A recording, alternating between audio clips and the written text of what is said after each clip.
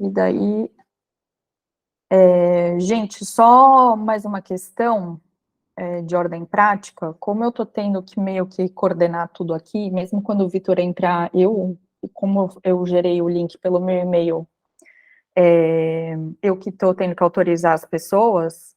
sim, a gente vai disponibilizar no YouTube. Vai ficar no YouTube, de novo, no canal da Cultura Extensão. Depois a gente manda o link para vocês da página deles também, porque quase todos esses cursos de extensão, quem consegue golpear o Google Meet para gravar, acaba postando depois. Então, vai ficar disponível lá. E é isso, né? Bom, deixa eu só colocar minha apresentação aqui para vocês. Isso que eu ia falar. Como eu tô tendo que coordenar tudo aqui ao mesmo tempo, gente, eu acho que eu vou ficar na tela do PowerPoint. Então, eu acho que assim, eu vou ter que ficar com o chat fechado, então se vocês tiverem alguma pergunta durante a minha fala, vocês podem até mandar, se eu consigo ouvir o barulhinho do chat para voltar aqui, mas se não, depois a ideia é eu não fazer uma fala tão extensa, por mais que assim, né, a aula às vezes é na base não do improviso, né, mas da experiência do aqui e do agora, então, a priori, a minha fala vai ter uns 40 minutos, mas talvez um pouco mais, talvez um pouquinho menos, até para a gente ter tempo de discutir com qualidade, porque surgem questões, ou às vezes a gente acaba, sei lá, pegando algum tema que ficou um pouco por cima na minha apresentação, que vocês queiram discutir a mais. Enfim, total liberdade para a gente ver para onde vai depois a nossa conversa, e eu só estou vendo aqui que cortou um pedaço do título. Então, gente, já desculpem, peraí, eu vou só arrumar, 2 segundos.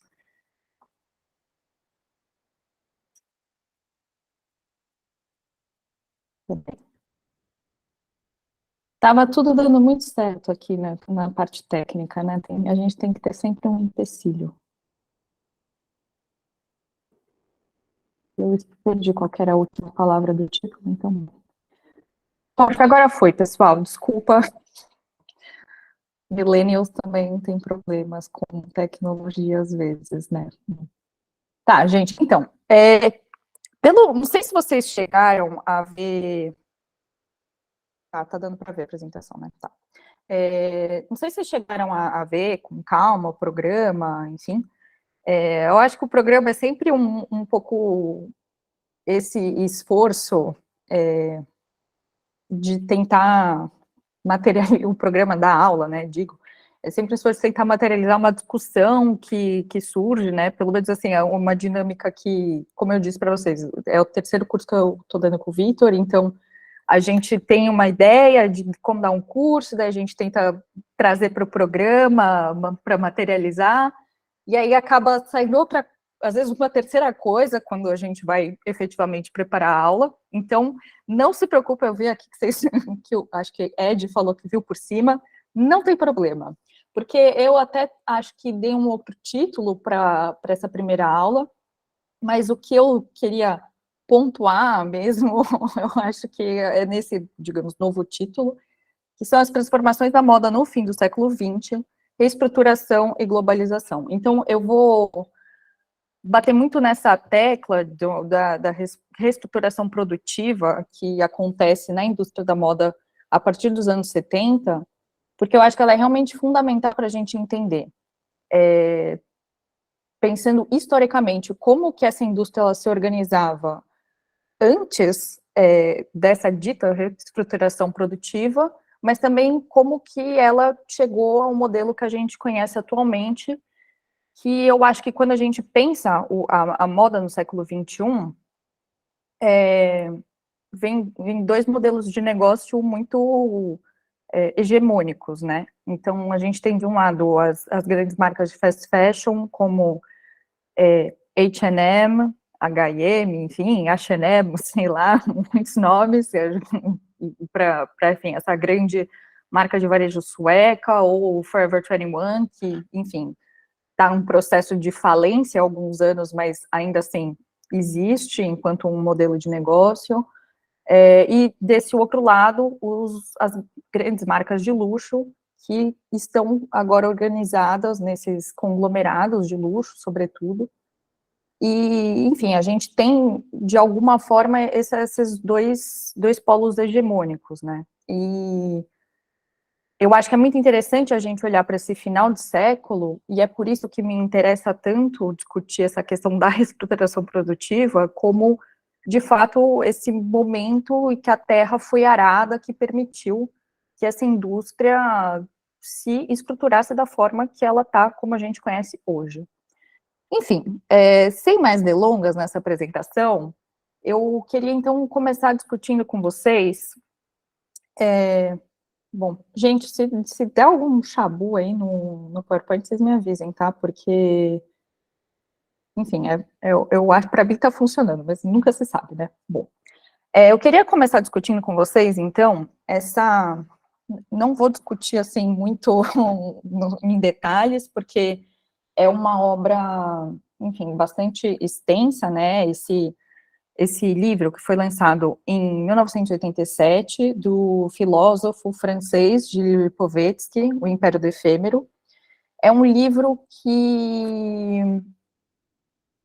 de alguma forma, ele é controverso, e é curioso que ele seja controverso, e ainda assim eu acho que ele foi encarnado, né, principalmente nos cursos de graduação de moda, e eu acho que com muita força nos cursos de graduação em moda no Brasil, como essa grande referência historiográfica sobre o processo de consolidação, não só da indústria da moda, mas mesmo do que é a moda ao longo do tempo. Então, é um livro que ele se divide em duas partes. Uma primeira parte que ele vai falar das origens da moda, então, como que a moda surge ali no final da Idade Média e como ela se desenvolve até os anos 80, que é quando ele está escrevendo, e a segunda parte que ele fica uma descrição mais filosófica do que é a moda, como ela funciona, o que motiva, o que é o processo, quase subjetivo que a gente tem de interesse pela moda. Só que eu acho, por que eu classifiquei, né, bom, eu não, né, eu e outras pessoas, claro, não é uma análise inédita aqui, como controversa, porque, de uma certa forma, a perspectiva que o Lipovetsky ele está assumindo no Império do Efêmero, ali, naquele final dos anos 80, é de uma certa negação de outras leituras que já eram consolidadas sobre a moda em si. Então, o que é a moda, por que ela existe, como ela opera. E aí eu estou me referindo ao trabalho, principalmente de dois grandes, bom, na verdade, um economista e um sociólogo, né, que então é o Thorstein Veblen, que é do final que ele escreve uma obra que é super relevante para quem estuda moda, que é a teoria da classe ociosa, acho que 1890, por aí, e também do George Simmel, o sociólogo,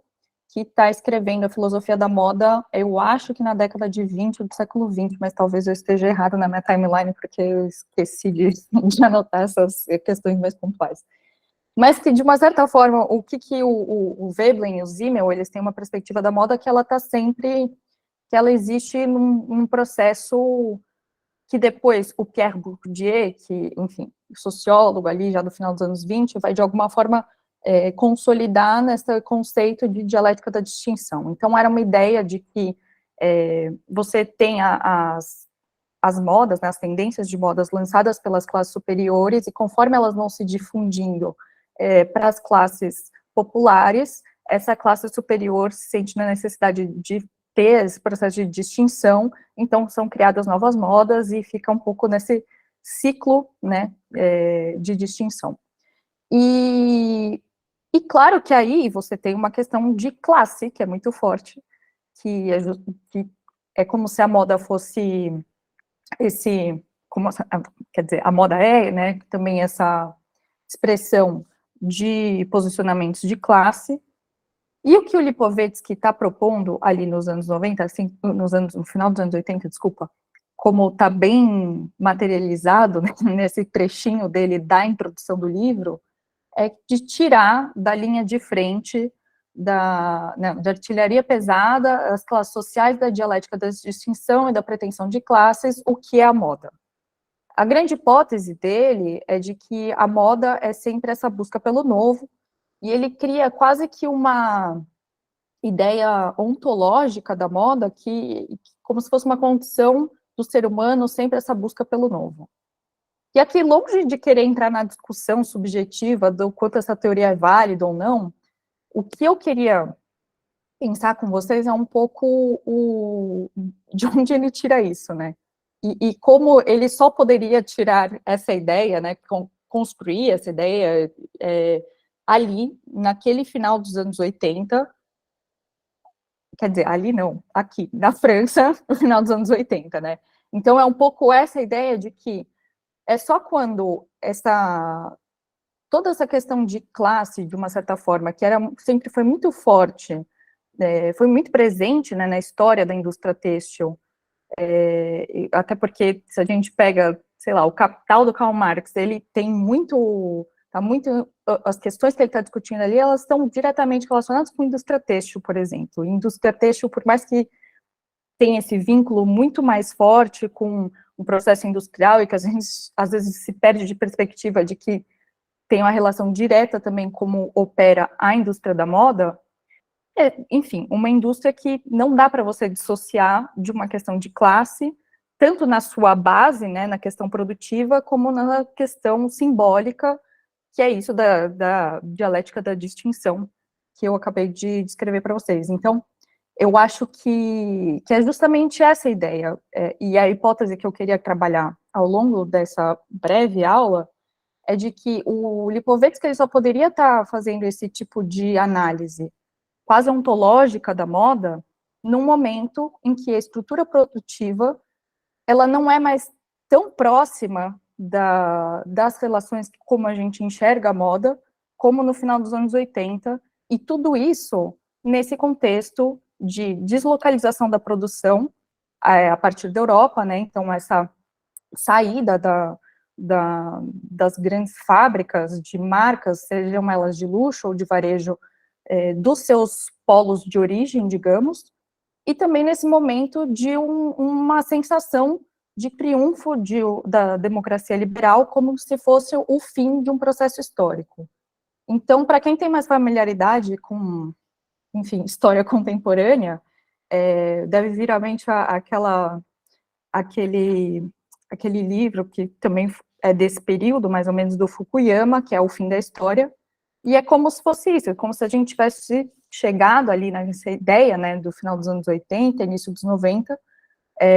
de um processo histórico finalizado, em que, então, não haveria mais luta de classes, não haveria mais essas pretensões de classes, dialética da distinção, daí, o que mobiliza a moda é sempre essa busca pelo novo. Enfim, tudo isso é para a gente falar efetivamente do que foi essa reestruturação produtiva, mas antes da gente falar da parte prática, que enfim, pensar realmente o processo industrial, como ele se transforma nesse período, eu queria dar um passo para para uma outra direção, e discutir um pouco as relações das trocas simbólicas e das transformações simbólicas que acontecem no campo da moda a partir dos anos 70. E aí, para isso, eu queria mobilizar esse artigo do Pierre Bourdieu e da Yvette Delceau, que, enfim, eu acho que ele tem uma tradução aí pela internet, se vocês derem um Google, que é esse texto que foi publicado em 75, chama O Costureiro e Sua Grife, uma contribuição à teoria da magia. Esse gráfico alucinado que vocês estão vendo, que está ali no artigo, ele tenta reconstituir as transformações no campo da moda, no mercado francês,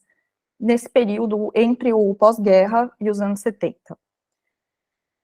apesar de ser um gráfico bem maluco, o que eu queria chamar a atenção de vocês é um pouco como são esses, eu acho que assim, principalmente esses movimentos que a gente pode ver de uma dessas grandes casas, essas grandes maisons de luxo, por exemplo, como a Dior, que passam por outras marcas que vão surgindo ao longo do tempo. Então, o que a grande tese do Bourdieu e da Yvette Delceau, essa ideia de que o campo da moda ali nos anos 70, ele está muito bem dividido também entre dois polos distintos. Então, você tem as grandes maisons tradicionais, como, por exemplo, a Chanel, a Dior, Lanvin, ou mesmo o do Jean Patou, que, enfim, não, depois foi um pouco, saiu de cena, mas ainda assim, são essas grandes marcas e as outras marcas que eles classificam de uma certa forma como marcas de vanguarda, e daí a gente pode pensar no Saint Laurent, por exemplo, ou se eu vou falar, peraí, eu já falo sobre isso, do Saint Laurent, por exemplo, e outras marcas que nem a do Paco Rabanne, ou a marca homônima do Karl Lagerfeld, que depois, enfim, vai para a Chanel, falaremos sobre isso. Então, existiria esses dois polos que rivalizariam. Enquanto essas marcas tradicionais, elas serviriam a uma burguesia velha, velha não, né, mas não só de idade, mas essa ideia do old money, digamos, e que teria signos de luxo mais tradicionais. Então, logo no começo desse artigo, eles falam das paredes brancas e do carpete cinza. É uma ideia realmente, assim, de uma França bem tradicionalista, que a gente pode pensar, enfim, nos eleitores do Charles de Gaulle, por exemplo, enfim, você teria essas outras marcas que flertariam muito mais com uma ideia de juventude e que atrairiam muito mais um outro tipo de luxo que estaria disposta a assimilar signos que não necessariamente vêm dos signos tradicionais do luxo e que então estão, de alguma forma, encurralando essas marcas já estabelecidas e consagradas no mercado francês. Eu vou fazer uma pausa, parênteses aqui, porque me perguntaram no chat, o Renato perguntou se eu vou falar do filme Coco antes de Chanel. Não vou, porque isso aí, a vida dela, inclusive, é bem antes disso, né, porque a Chanel, esse filme, ele tá ali situado mais ou menos nos anos 10, 20, então, enfim, é um filme legal, eu acho que eu já assisti, mas não vem muito pro recorte, pro recorte dessa aula específica. E, enfim, gente, essas transformações, o Bourdieu e o Delceau, eles estão enfatizando muito questões simbólicas que esses dois tipos de marca mobilizam ali nos anos 70, né? E lembrando que os anos 70 na França é um período ainda que está vivendo a ressaca do maio de 68, então todas aquelas transformações sociais e econômicas que estavam tentando, que as pessoas, enfim, foram postas à prova ali, tanto pela classe trabalhadora, como diversos grupos de estudantes naquele maio de 68, eles não sumiram de cena totalmente nos anos 70, mas eles começam a se expressar também nessa parte cultural, e acho que a gente pode pensar como que isso, de fato, se mobiliza na indústria da moda. E eu acho que é legal a gente pensar também que o Bourdieu, ele utiliza muito esse conceito de campo, né? Então, o campo, ele seria, não se restringiria à questão da indústria propriamente, então você pode pensar que no campo da moda você tem todo os consumidores, os jornalistas, pessoas que escrevem sobre moda, que pensam a moda, o próprio Bourdieu pode ser visto como um personagem do campo da moda, porque ele mobiliza muito à moda nos trabalhos dele, e é legal, então, a gente pensar como que essas transformações no campo, elas também têm a sua base material, que é a de uma transformação na indústria, e que essas grandes diferenças, né, entre o que seriam essas marcas de vanguarda e essas marcas tradicionais, passa também por uma transformação que vem já de antes dos anos 50, que é a introdução do prêt-à-porter, o pronto para usar, o ready to wear. Então, só para a gente, e eu acho que é importante, muito importante no século XXI, a gente ainda está falando de prêt-à-porter, também porque é como se fosse a avó dessas fast fashions que eu falei logo no comecinho da minha fala. O prêt-à-porter, então, acho que não é um conceito tão desconhecido, né, para a gente, mas é um modelo de produção que, enfim, é quase inédito ali nos anos 50, que já estava bem consolidado nos Estados Unidos. Ele, aos poucos, é introduzido na França, porque, lembrando, é uma indústria ainda bastante tradicional, ainda nos anos 70. Então, era uma indústria que estava habituada a ter roupas que eram feitas sob medida, e não só no campo da alta costura, né, porque a alta costura está sempre vinculada a essas grandes marcas consagradas, então, que vem ali do Charles Frederick Worth, que no final do 19, no final não, né, mais para 1870, começa a recuperar alguns tipos de savoir-faire, de costura, de produção, de materiais de excelência, e que isso vai, enfim, se desenvolver em toda uma federação da alta costura que vai tentar preservar esses tipos de conhecimentos de como se produz uma vestimenta inteiramente feito à mão, com materiais específicos. Não é só disso que vivia a indústria têxtil francesa, claro, porque isso eram produzidas vestimentas que eram caríssimas, então não era que todos os estratos sociais se vestiam dessa forma, claro que não, mas ainda assim, e tem esse dado que eu acho que é de um outro sociólogo, Luc Boltanski, que eu acho que é dele, mas talvez eu tenha tirado essa informação de outro lugar, mas até 1960, ou era do próprio Bourdieu esse dado, gente, até 1960, 40% das mulheres na França ainda utilizavam costureiras para se vestirem. Então, elas compravam os tecidos e iam na costureira, apresentavam o modelo que queriam e faziam a roupa sob medida, apesar de não ser uma alta costura propriamente dita. Então, essa introdução do prêt-à-porter é realmente essa grande revolução, porque você vai até uma loja e você compra uma roupa que depois você leva só na costureira, se você tiver tempo e dinheiro para fazer os ajustes necessários daquela roupa que é produzida em série. E, embora o mercado francês tenha sido menos permeável à introdução do prêt-à-porter do que o mercado estadunidense, por exemplo, que é basicamente fundado em torno do ready-to-wear, isso se tornou um dado quase inevitável ali no final dos anos 60, início dos 70, e é assim que também essas marcas de vanguarda, né, como o Yves Saint Laurent, que é um dos grandes exemplos mobilizados pelo Bourdieu nesse texto, se apropriam disso para fazer roupas que são mais acessíveis, embora sejam ainda direcionadas para certos estratos de uma classe dominante, então não são roupas populares, digamos, mas que estão tentando fazer um prêt-à-porter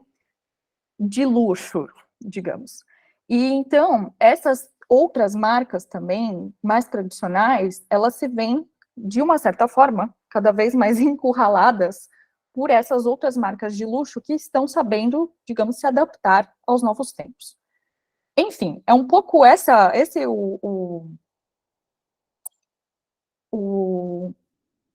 a cenografia dos anos 70, e que eu acho que é importante a gente discutir isso para entrar onde eu estou querendo chegar, que é nos anos 80 e 90. Porque esse fenômeno que é descrito pelo Bourdieu do final dos anos, de meados dos anos 70, né, ele tem implicações que elas são catalisadas ao longo dos anos 80 e 90. Então, essas mesmas marcas tradicionais, que nem vocês podem ver aqui, essas 3 marcas que estão no slide seguinte, então, Chanel,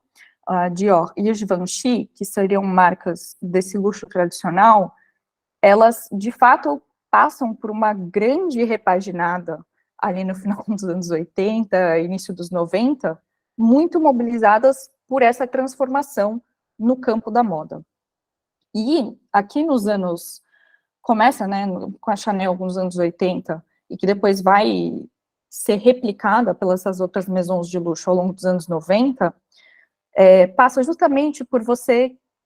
colocar quem antes era um couturier tradicionalista, que estava tentando preservar aquela, digamos, alma da maison,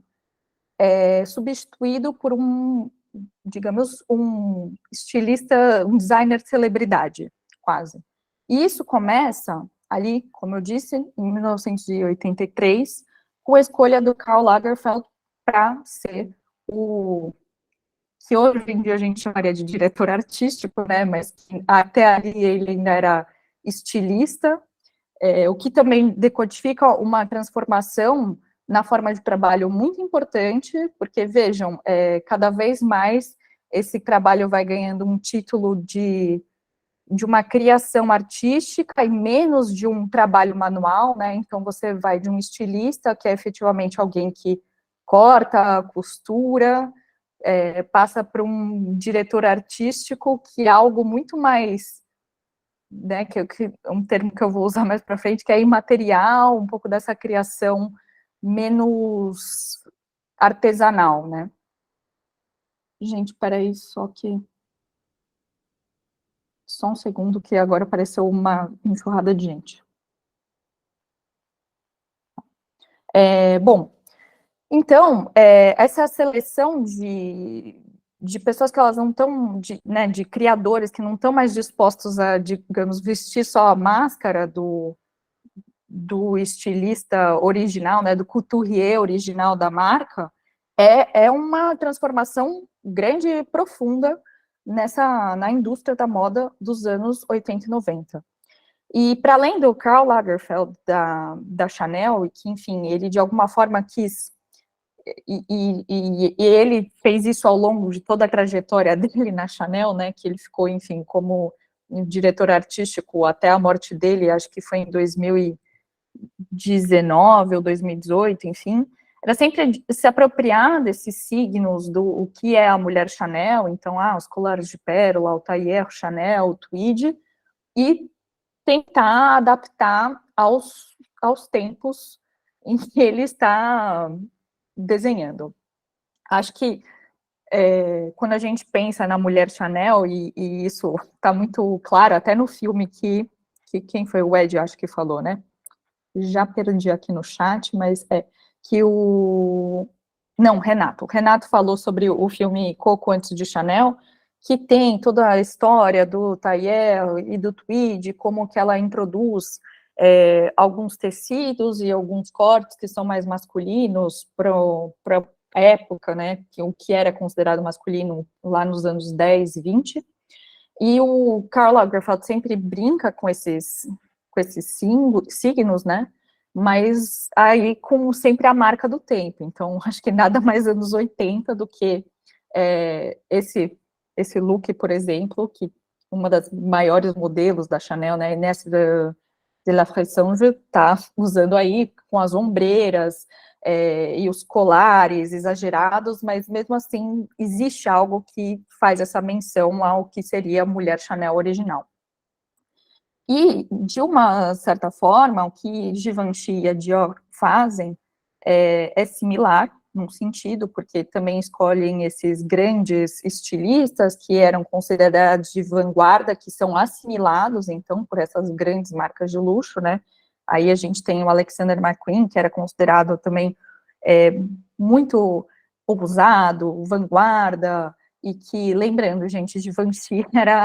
foi o Hubert de Givenchy, era quem desenhou o vestido preto básico, clássico da Audrey Hepburn, do Bonequinha de Luxo, e aí a gente tem um Alexander McQueen desenhando para Givenchy com algo totalmente extraordinário, que, enfim, Naomi Campbell com chifres e tudo sempre muito ligado à luxúria, à ousadia, isso que era uma marca muito dele e que, de uma certa forma, é isso que eu disse, ele não estava se escondendo mais atrás dessa máscara do Givenchy, mesma coisa para o Galliano com a Dior, que foi essa combinação também muito excêntrica, porque Dior, com essa referência do new look, super tradicional, aquele retorno à feminilidade dos anos 50, e o Galliano sempre, se vocês procurarem, tem, assim, trocentas referências, ele ficou bastante tempo na Dior até, acho que um pouco mais de uma década, e sempre algo muito da extravagância, do exagero, e ele, de alguma forma, também recuperava os signos do luxo Dior, mas sempre com uma forma um pouco despirocada dele. Para além desses casos de uma certa assimilação dessa classe de vanguarda dos designers pelas maisons tradicionais, a gente tem também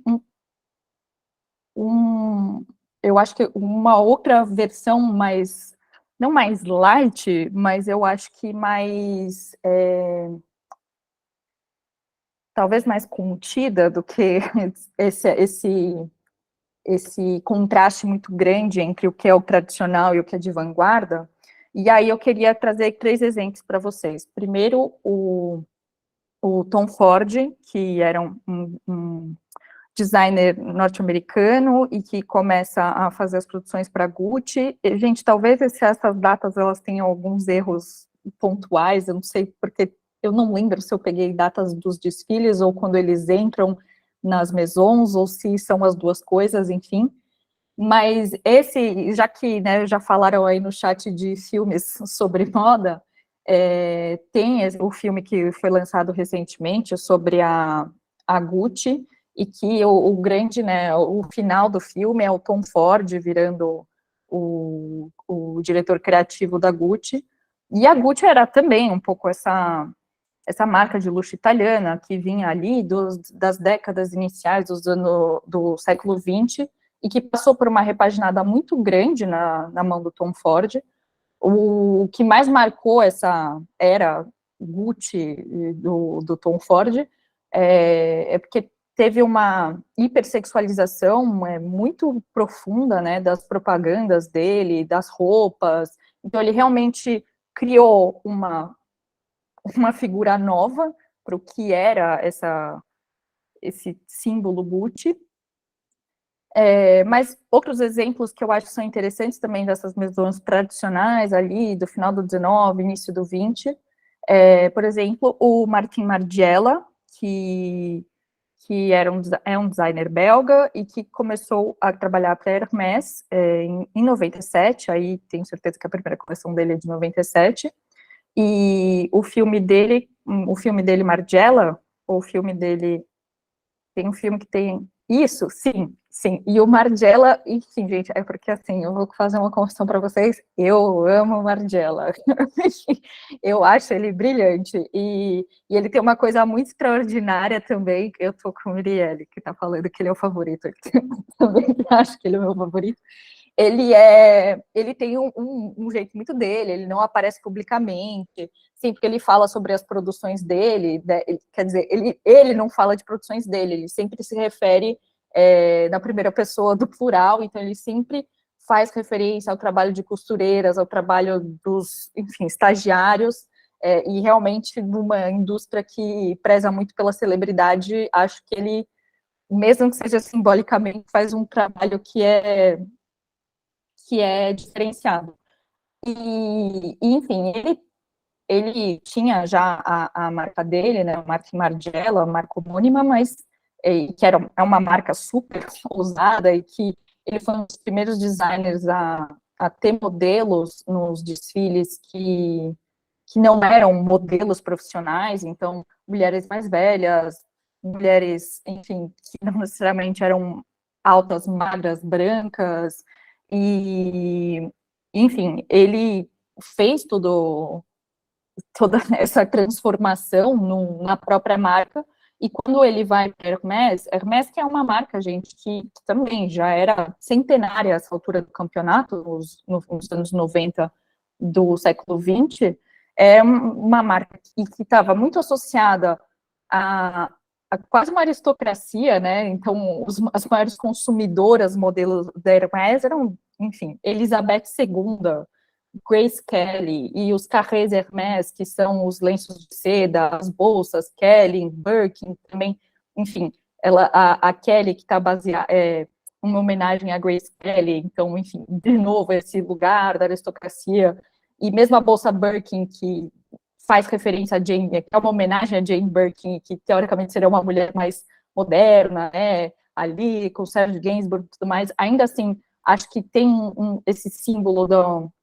de um luxo bastante tradicional, e o que o Martin Margiela faz é dar continuidade a um processo que já tinha sido iniciado com a designer anterior, mas que ele catalisa muito esse processo de transformar a mulher Hermès em uma mulher mais de uma sobriedade burguesa e não tanto só de uma aristocracia tradicional, desse lugar relacionar. A Hermès tem muito essa relação com a questão da equitação, da selaria, então ele tenta se afastar um pouco disso. Acho que um exemplo muito bom é porque o carré Hermès, por exemplo, o lenço de seda, ele deixa de ser usado pelo Margiela, e ele tem essa influência muito forte em produzir roupas que são boas, que são atemporais e minimalistas, enfim, né, a gente pode usar uma série de adjetivos para descrever isso, mas que ele, de uma certa forma, desmonta essa mulher Hermès. E o último exemplo que eu queria dar desse novo momento das maisons tradicionais é com o Marc Jacobs, que vira diretor criativo da Louis Vuitton, de uma linha de prêt-à-porter, seja de vestimentas que não existia até então, porque a Louis Vuitton é também uma marca que já era centenária e que começa, né, com os baús monogramados, enfim. Vocês entram no site da Louis Vuitton, tem toda a história, tem sempre todo esse... isso a Louis Vuitton faz muito bem de criar todo, que nem a maior parte dessas marcas de luxo, criar toda essa história das origens, enfim, e a Louis Vuitton, de uma certa forma, assim como o Hermès, era uma marca bastante centrada nessa parte de marroquinaria, ou seja, de itens de couro, bolsas, carteiras, enfim, e aí, eis que, nos anos 90, passa a ser interessante para a marca ter essa produção de prêt-à-porter, e aí que é quando eles chamam também um designer norte-americano para encabeçar essa empreitada.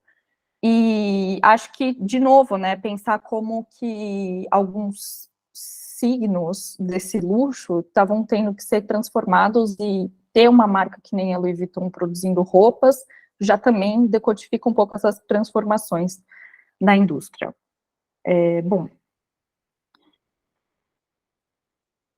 gente, pera, perdi a janela. Não, tá aqui.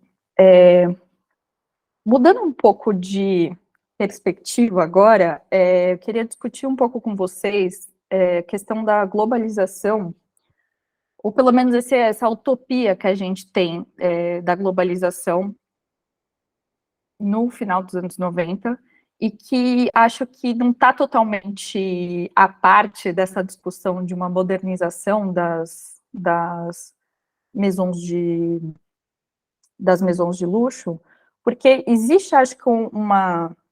impressão histórica, pelo menos, que esse momento dos final dos anos 80, início dos anos 90, existe uma certa flexibilização, tanto dos signos do luxo, que é isso que eu acho que eu bati muito na tecla quando eu estava falando dessa introdução desses novos diretores criativos para as maisons tradicionais, mas também de uma democratização, né, da moda. Essa palavra, acho que ela está sendo menos utilizada agora, mas que coaduna muito até com o que eu falei no começo sobre o Lipovetsky, né, essa impressão de que existe uma democratização do consumo, uma democratização do acesso à moda, e por um lado isso é muito verdadeiro, né, com um refinamento, digamos, da circulação de imagens, circulação de mercadorias, que é uma consequência inevitável da globalização, mas eu acho que a gente também, às vezes, dá uma perspectiva muito otimista, né, para o que foi esse processo de uma certa democratização no processo de globalização. Para isso, eu queria, então, primeiro mobilizar esse exemplo do que foi essa introdução do Japão no que seria o circuito dos polos hegemônicos da moda entre o final dos anos 70, início dos 80, e que se estendeu até a grande crise econômica do Japão nos anos 90. Aqui, a gente tem 3 exemplos de designers que são bastante conhecidos, mas ainda tem mais. Tem o outro Yamamoto, que eu sempre esqueço o primeiro nome dele, que não é o Yohji Yamamoto, que está aí na fotinho à direita. Gente, eu sempre esqueço o primeiro nome dele. Mas, é um outro Yamamoto, e tem o Kenzo também, que, enfim, poderiam igualmente estar aí nesse panteão de designers japoneses que entram nesse circuito hegemônico da moda. Então, a gente tem Issey Miyake, que atua principalmente ali no final dos anos 70, início dos 80, Rei Kawabuko, que tem uma marca que se chama Comme des Garçons, e o Yohji Yamamoto. Então, tanto Issey Miyake e Yohji Yamamoto, eles têm marcas homônimas, mas que, enfim, acho que são exemplos de 3 personalidades que vêm de um lugar, digamos, periférico desse circuito da moda, mas que precisam passar pelos polos tradicionais para serem consagrados, o que, de certa forma, desmobiliza um pouco essa ideia de que houve efetivamente uma democratização do design de produção, por exemplo. Então, é curioso como tanto o Issey Miyake, a Rei Kawabuko, como de Garçon e Yohji Yamamoto, eles se tornaram personalidades conhecidas, não porque fizeram muito sucesso no Japão e depois foram levados para a França, por exemplo. O processo de consagração ele passa justamente por eles terem se tornado personagens presentes no circuito de moda parisiense, e logo é como se existe até uma relação retroalimentar de Paris se dizer mais aberto, mais democrático, mais uma moda mais diversa, enquanto que, para esses designers japoneses, passa por ter esse selo de legitimidade que é, por exemplo, desfilar suas coleções numa Paris Fashion Week. E é interessante pensar também como é um outro lado da moeda, dessa aproximação com uma moda considerada de vanguarda, porque nesse momento, né, nos 70, 80, existia essa rivalidade, então, entre as mesas tradicionais e essas marcas de vanguarda, como muito bem descreve o Bourdieu naquele artigo que eu citei para vocês. Então, parece que precisava existir esse elemento exógeno para que a moda de vanguarda ela fosse assimilada, e nada melhor do que pensar o exógeno como o exótico, né? E, enfim, acho que é legal como você, lendo os textos, às vezes, de crítica de desfiles, do Issey Miyake, do Yohji Yamamoto, tem sempre essa, da parte deles também, de uma certa referência a uma moda considerada tradicional deles. Então, como Issey Miyake reinventa o kimono, como a Rei Kawabuko está negando o kimono. Então, é sempre a partir dessa referência do exótico que se produz essa ideia de uma vanguarda, né? E que eu penso que, enfim, não é nenhuma teoria super inédita, mas que é a chave para a gente pensar a arte moderna, por exemplo, como que o que influenciou, sei lá, o Picasso e o Braque foi aquela arte africana, por exemplo, e como esse elemento do exótico que mobilizou a vanguarda. Quem fala sobre isso muito bem é o Mário Pedrosa também, tá? Então a gente não precisa ir em críticos de arte muito longe para a gente pensar esses processos. Mas, enfim, gente, estou desviando o caminho. O que eu queria que ficasse claro aqui é justamente como existe um pouco essa... Até tem uma reportagem famosa dos anos 90, não sei, eu não lembro se sai na Vogue americana ou se é na Vogue francesa, enfim, deveria ter pegado essa referência, mas que Paris reina, mas não governa, é alguma coisa assim o título, e como se Paris fosse um pouco essa capital da moda já deixada para trás, e que eu acho que enfatiza um pouco esse lugar, um pouco envelhecido, que as maisons de luxo teriam ali no início dos anos 90, e que não é bem isso, né? Esse processo histórico de renovação do que é Paris enquanto polo de moda, se adequou muito bem ao tempo. Então, claro que talvez ali nos anos 90 não fosse tão evidente que existe um processo de renovação muito pesado que estava acontecendo, que já estava acontecendo, mas que acho que agora, dos anos 2020, a gente pode falar com muita certeza que Paris continua reinando e governando, inclusive porque esses polos que se dizem novos e estrangeiros precisam passar por essa legitimação. Isso, acho que quando a gente falar sobre o Brasil na próxima aula, vai ficar, inclusive, mais, vai ser reiterado. E, bom, outro exemplo que eu queria trazer também desses supostos, né, novos polos, é esse grupo, né, conhecido como The Antwerp Six. O Martin Margiela, que eu falei para vocês, ele também vem desse meio, mas ele não faz parte desse coletivo de designers, que, enfim, os mais conhecidos eu acho que são Dries Van Noten, gente, eu nunca consegui falar o nome dela, Demeulemeester, enfim, nomes flamingos, não é mesmo? E, enfim, eles, um grupo, né, dessa grande cidade de Antuérpia, enfim, formados na Academia Real de Belas Artes, Antuérpia, enfim, e que eles também estavam propondo uma moda que passava muito por esse lugar da vanguarda, do novo, do diferente, que fugia e se contrapunha ao que era essa moda hegemônica dos anos 80, 90, só que eles também passaram por esse processo de consagração por meio de polos tradicionais da moda. Muitos deles foram legitimados, digamos, pela Semana de Moda de Londres, então eles estavam muito vinculados também a uma certa dependência desse polo tradicional, e acho que é legal a gente enfatizar mesmo como que existe essa pretensão que, de novo, ela vem de uma certa dialética, né, que não é só eles precisam ser consagrados por esses polos de moda, mas esses polos de moda, para eles continuarem se atualizando e se mantendo, né, interessantes, precisam desse elemento novo. E o elemento novo, muitas vezes, é mobilizado por essa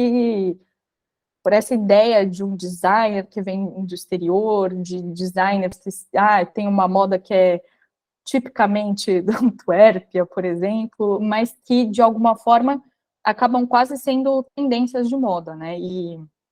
eu acho que o caso do Japão, ele é até mais claro nesse sentido, porque assim que a crise econômica do Japão bate nos anos 90, eles praticamente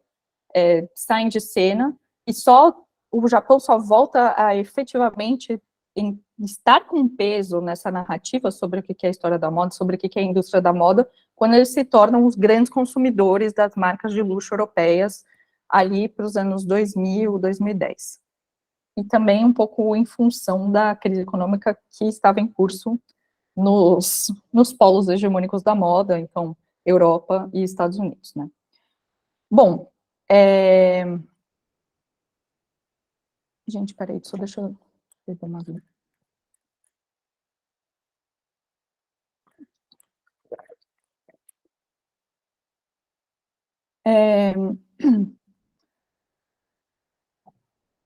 Então, tudo isso eu estou discutindo com vocês porque acho que esse processo todo ele culmina na formação dos grandes conglomerados de luxo no final dos anos 80 e início dos anos 90. A gente tem mais do que esses dois grandes conglomerados, né, LVMH, LVMH e a Kering, que começou como Pinot, que era o nome do criador, François Pinot, era Pinot Printemps Redoute, então era o nome das três grandes marcas que estavam formando esse grupo, mas que depois se tornou Kering, enfim. e que é um conglomerado que começa a se formar em 92, o LVMH começa a se formar em 87. Este mocinho que vocês estão vendo aí é o Bernard Arnault, que atualmente é o homem mais rico do mundo e que é o presidente da CEO, enfim, não sei qual é exatamente o título dele, mas ele que é quem reina na LVMH. E eu acho que é justamente isso, né? Isso é mais um desdobramento desse processo de uma suposta globalização, democratização que não se realiza, porque são dois grandes conglomerados centrados na Europa do Oeste, mais especificamente na França. E que, de alguma forma, até outras marcas de luxo que vinham, por exemplo, da Itália, como a gente tem aí, a Fendi, a Gucci, Bottega Veneta, enfim, ou mesmo a Balenciaga, que tem as suas origens na França, mas que o Cristóbal Balenciaga vinha ali da Espanha, enfim, de alguma forma elas são cristalizadas em torno desse polo, grande polo, que é Paris. E eu acho que é interessante, então, pensar justamente como essa ideia, né, de que são novos polos, existe um processo de democratização, na verdade, de alguma forma, escamoteia, né, esse processo de uma grande monopolização. Então, a LVMH e a Kering, elas são responsáveis por uma porcentagem muito grande do que é a produção da indústria de luxo atualmente. Não tenho os números exatos aqui, mas eu acho que vocês podem ver só por esses logos que estão dispostos aqui, não são todos, que realmente é uma indústria que trabalha sob monopólios, e aqui até marcas de super vanguarda, que eu estava falando, Martin Margiela, atualmente elas têm participação de acionistas que também estão vinculados a grandes conglomerados. Então, é curioso a gente pensar como existe essa profusão de marcas e durabilidade, né, de marcas que vêm, às vezes, de décadas, ou quase século, né, ou mais de um século e meio, enfim, e que agora elas dependem dessa estrutura dos conglomerados de luxo para sobreviverem. E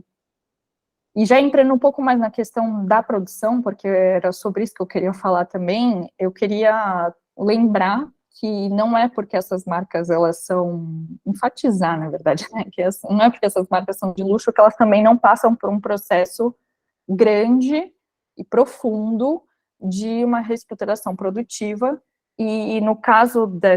das marcas que estão, de alguma forma, que têm menos investimentos desses grandes conglomerados, isso é muito evidente. Então, o Kenzo, por exemplo, é uma marca que ela praticamente não tem mais uma mão de obra local, tradicional, savoir-faire. Foi uma marca que ela passou de um prêt-à-porter de luxo para realmente produção fragmentada e existe essa certa reinvenção de um taylorismo, que ele não é mais só dessa segregação do processo produtivo e de uma quase autonomização também do processo produtivo, com uma ação de mão de obra bastante pontual, mas esse processo ele está fragmentado globalmente. E que, enfim, pensando como a indústria da moda ela é bastante paradigmática na reprodução de uma divisão internacional do trabalho, é inevitável a gente não fugir, né, desse paradigma de que o trabalho industrial está concentrado em países periféricos, e esses países periféricos, né, o polo dessa produção vai se movendo conforme as necessidades de uma procura de mão de obra mais barata, mas que é realmente um processo que a produção está centrada não mais no lugar de origem, no lugar de criação, no lugar de design, e que existe essa divisão cada vez mais clara que também acontece, então, nas marcas de luxo. E é isso, um processo mais atenuado em marcas que têm maior capital. Então, a Dior, por exemplo, consegue manter uma parte das fábricas aqui na França e ainda implicar um savoir-faire na produção, Só que, como essa introdução do prêt-à-porter, né, das marcas, de um vestuário mais prático, digamos, menos elaborado, também está na ordem do dia, essa produção ela precisa ser terceirizada, precisa ser subsidiada, enfim, existe então esse deslocamento também, essa deslocalização da produção no seio das grandes marcas de luxo. Bom, isso eu já estou introduzindo um pouco esse processo que é muito discutido e que eu acho que não é,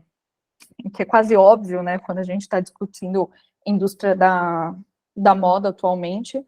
só que eu acho que é legal um pouco a gente remontar as origens disso, porque é claro que a gente sabe que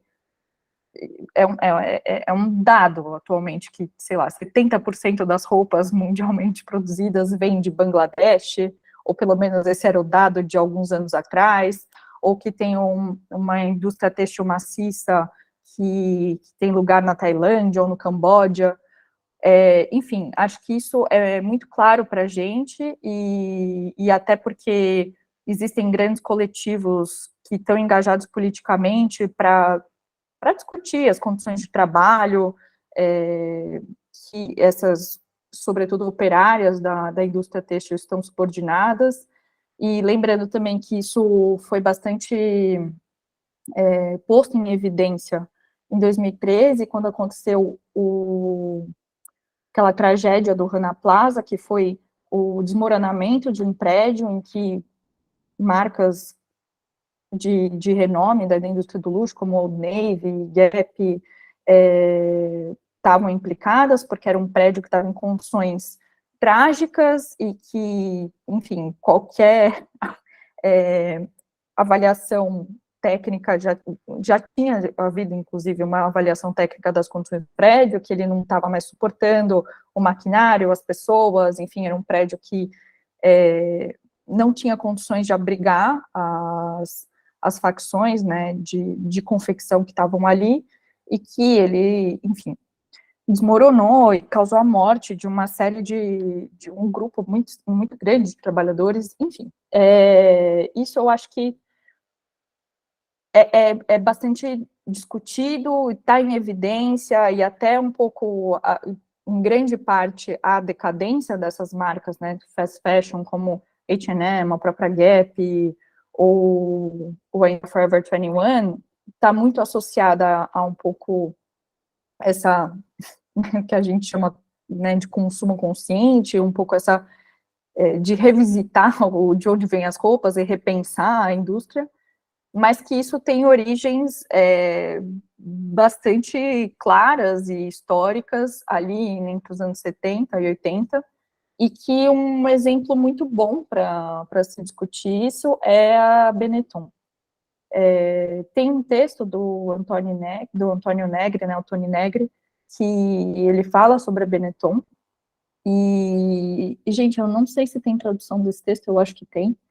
e que é legal, o que é interessante desse texto é que ele realmente descreve um processo que, às vezes, para a gente, o ponto final do processo é muito claro, que, enfim, são as fast fashions e todas as implicações dela, mas que é um processo que é muito mais complexo e que envolve não só essa questão da deslocalização da produção. Enfim, o que eu estou tentando resumir para vocês do que o Tony Negri descreve num processo, né, como num artigo muito mais detalhado, é justamente essa passagem de uma empresa, né, que é o texto dele, o título do texto, o Benetton, um exemplo de empresa europeia, o que eu acho que tem até um certo sarcasmo nessa enfim, né, uma ironia, né, mais do que um sarcasmo nesse título, porque justamente a Benetton é uma das marcas que utiliza mão de obra de países periféricos atualmente, e esse texto, que é de 1990 exatamente, ele vai então retraçar as origens da Benetton. Então ele fala que no início, em 1965, a Benetton, que é uma marca italiana, e daí que eu acho que é o Tony Negri, né, como um italiano está estão pensando a Benetton, que utilizava matérias-primas locais. Então a Benetton era uma marca de varejo pensada para estratos mais altos de uma classe média, e que utilizava matérias-primas de qualidade, então principalmente a lã, aquela região do norte da Itália, que tem uma produção de lã que é tradicional, e utilizava também a mão de obra local. Como era ali na região do Vêneto, que não foi uma região super industrializada, mas que tinha uma tradição de pequenas e médias empresas, e que trabalhavam muito ligadas à indústria têxtil, a Benetton, de alguma forma, surgiu em torno dessa qualidade produtiva daquela certa região. E que, em meados dos anos 70, essa veia, digamos, da Benetton começa a se transformar. Primeiro, porque eles começam a utilizar mais o algodão, que eles importam de outras regiões, porque a Itália não é uma grande produtora de algodão, então eles não utilizam mais essa matéria-prima local, e também começam a produzir mais jeans. Então, o tricô de lã, que era, digamos, a mercadoria principal do repertório da Benetton, passa a ser substituída pelo tricô de algodão, e o jeans também vem como uma peça importante para esse repertório. E uma curiosidade importante é que, para a gente pensar até o Brasil, que o Brasil passa a fornecer, em 1987, esse algodão para a Benetton. E só muito tempo depois que o Brasil passa a ter uma loja da Benetton, né, algum tempo depois, e que, enfim, agora acho que nem existem mais lojas da Benetton no Brasil. Em suma, o outro processo que o Toni Negri descreve, para além dessa, digamos, desqualificação da mão de obra e das matérias-primas, é uma divisão do trabalho dentro da Benetton. Então, a Benetton, ela se segrega entre um grupo financeiro, que é a Benetton Group SA, e a United Colors of Benetton passa a ser, de fato, a marca que trabalha com essa parte produtiva. Esse tipo de desvinculação entre a parte financeira e a parte produtiva de marcas, e que eu acho que ela é tão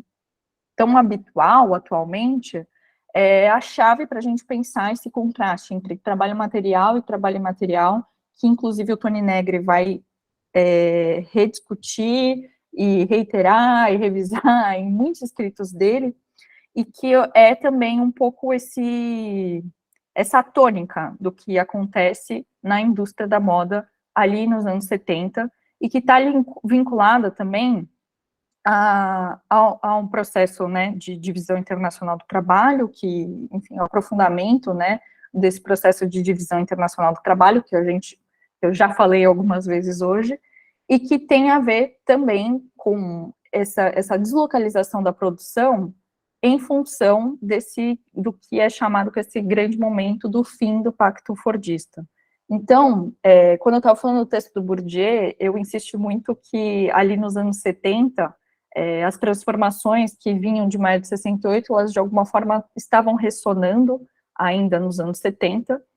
e aí quando a gente, às vezes aparece nessa chave do fim do Pacto Fordista, o que isso quer dizer é justamente que essas grandes mobilizações operárias e conquistas operárias, né, dos anos 70, fez com que essa mão de obra ficasse cada vez mais cara, e que implicasse, então, nessa deslocalização da produção, porque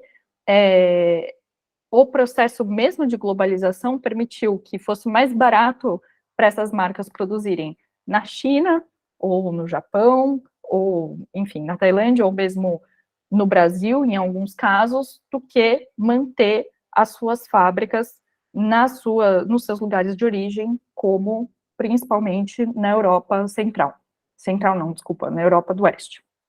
E é esse processo todo aí que faz com que esse trabalho dito imaterial, então essa parte do design, a parte onde, o lugar onde de fato está o capital da empresa, permaneça no seu local de origem, só que a parte produtiva, ela vai ser deslocalizada. E é nisso também que o investimento em marketing passa a ser mais intenso, e como um pouco esse outro lado da moeda, do que acontece quando você barateia o processo de produção. E acho que nisso o Tony Negri ele não entra muito nessa discussão, só que a Benetton ela também é um exemplo muito interessante para discutir a questão da propaganda, porque a Benetton, enfim, se torna uma das primeiras marcas a fazerem propagandas tão icônicas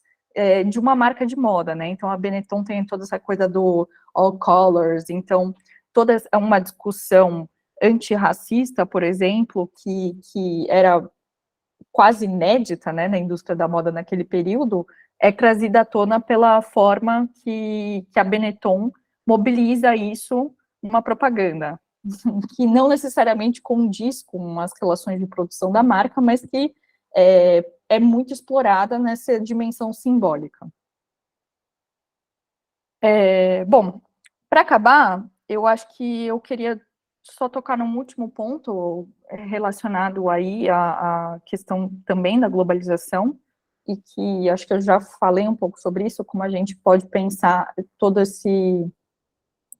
essa empreitada, né, da indústria da moda de se tornar uma indústria cada vez mais presente, não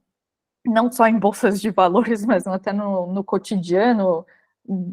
das pessoas, né, que realmente agora, parece que a moda, ela aparenta ser mais acessível, e isso tem muito a ver com esse consumo diário, quase que a gente tem de imagens, e que, óbvio que agora a gente tem redes sociais, isso fica muito mais evidente, mas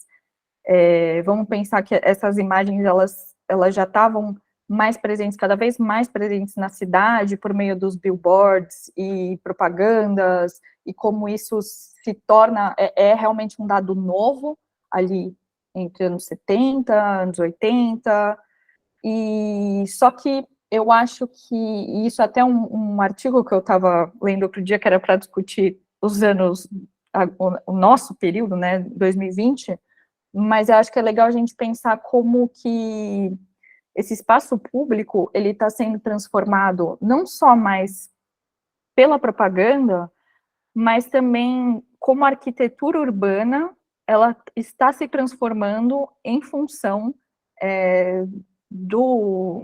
dessa lógica cultural do consumo. E isso, claro, né, não vem, não estou tirando eu essa hipótese de lugar nenhum, tem aquele texto famosíssimo,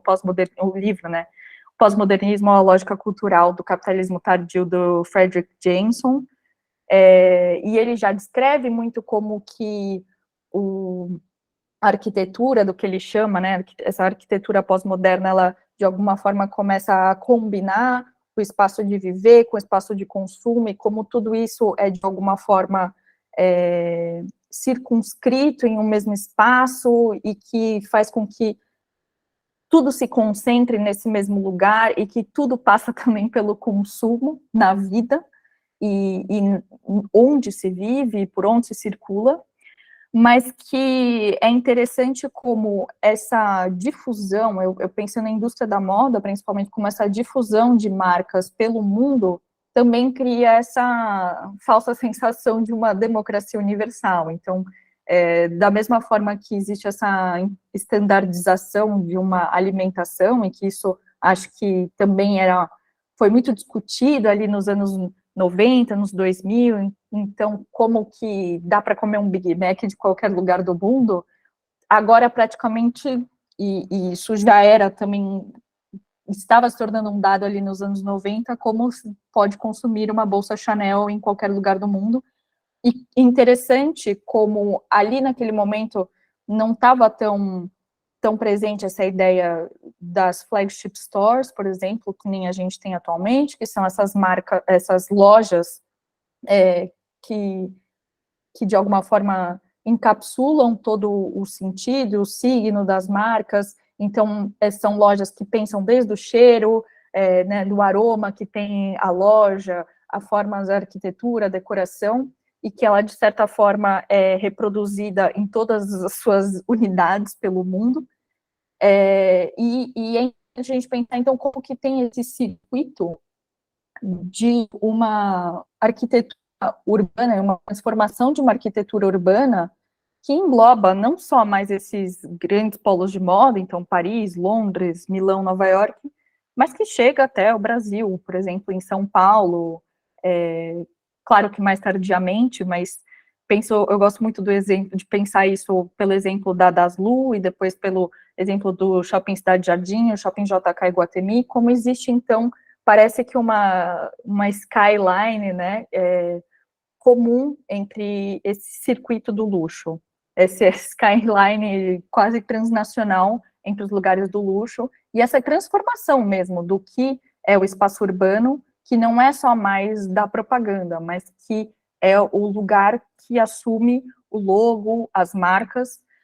E então, para concluir, eu queria só deixar a sugestão também de um outro livro, que é o No Logo, da Naomi Klein, eu acho que é Sem Logo em português, enfim, e que ela discute esse fenômeno, né, de uma logoficação da vida, que eu acho que é muito isso, o lugar da indústria da moda, ali nos anos 90, anos 2000 e até hoje, enfim, mas que ela discute como esse lugar das marcas e do logo está presente não só no seu lugar por excelência, que seria, por exemplo, a indústria da moda, mas em outros lugares até que a gente não percebe. Então, na indústria alimentícia, ou mesmo em escolas, ou uma certa padronização digamos, do que é educação e como existe um peso de marcas mesmo. E quando a gente pensa agora como que as escolas elas estão virando, né, grupos, quase grupos de investimento, enfim. Mas é isso, gente. Eu acho que é uma leitura boa, que vale a pena, e que ela também, esse livro eu acho que é de 2005, então ela escreve muito na toada das grandes de protestos que aconteceram ali no final dos anos 2000, no final dos anos 90, de anticorporações,